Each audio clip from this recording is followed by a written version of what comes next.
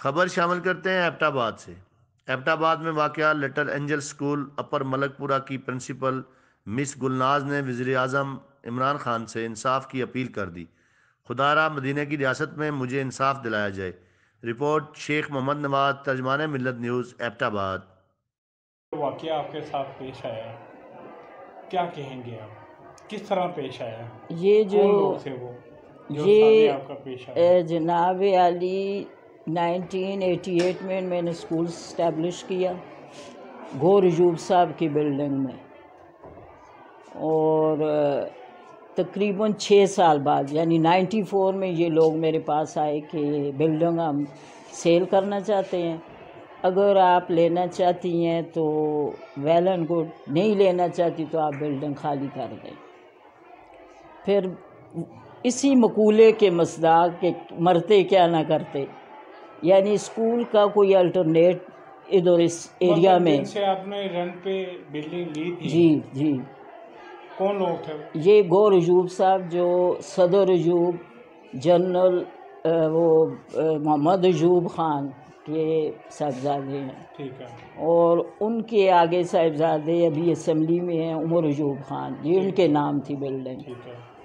फिर उनकी तरफ हम गए कि अगर आप सेल करना चाहते हो तो हमें, उनकी तरफ से जो नोटिस मिला उस पे हम गए, तो उन्होंने कहा है बिल्कुल ठीक है, हम सेल करना चाहते हैं, अगर लेना चाहती हैं तो ठीक है, नहीं लेना चाहते तो आप बिल्डिंग खाली करें।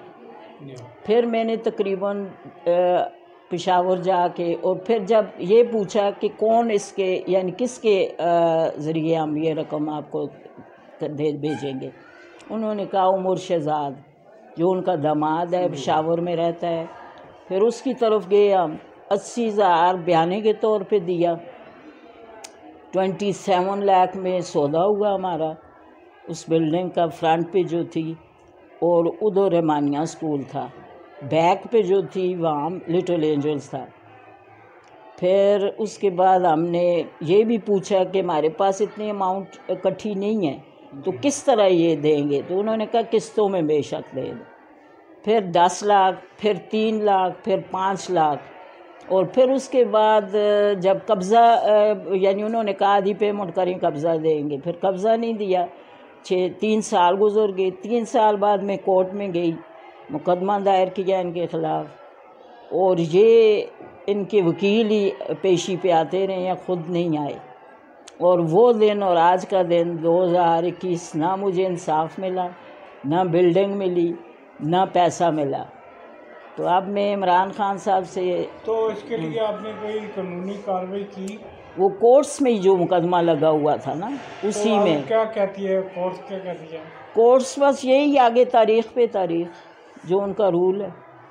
सेशन कोर्ट से हमारे हक़ में फ़ैसला हुआ, उन्होंने कहा कि ये इन्होंने इतनी पेमेंट की हुई है, लेकिन अभी तक उसका हाई कोर्ट में अब लेके गए हुए हैं इसको, लेकिन वहाँ से कोई मुझे इंसाफ नहीं मिल रहा। कोई आपकी कोई हमला कोई हुआ हो, आपकी जान को कोई नुकसान हो? नहीं, ऐसा कोई मसला नहीं हुआ, ऐसा कोई मसला नहीं हुआ।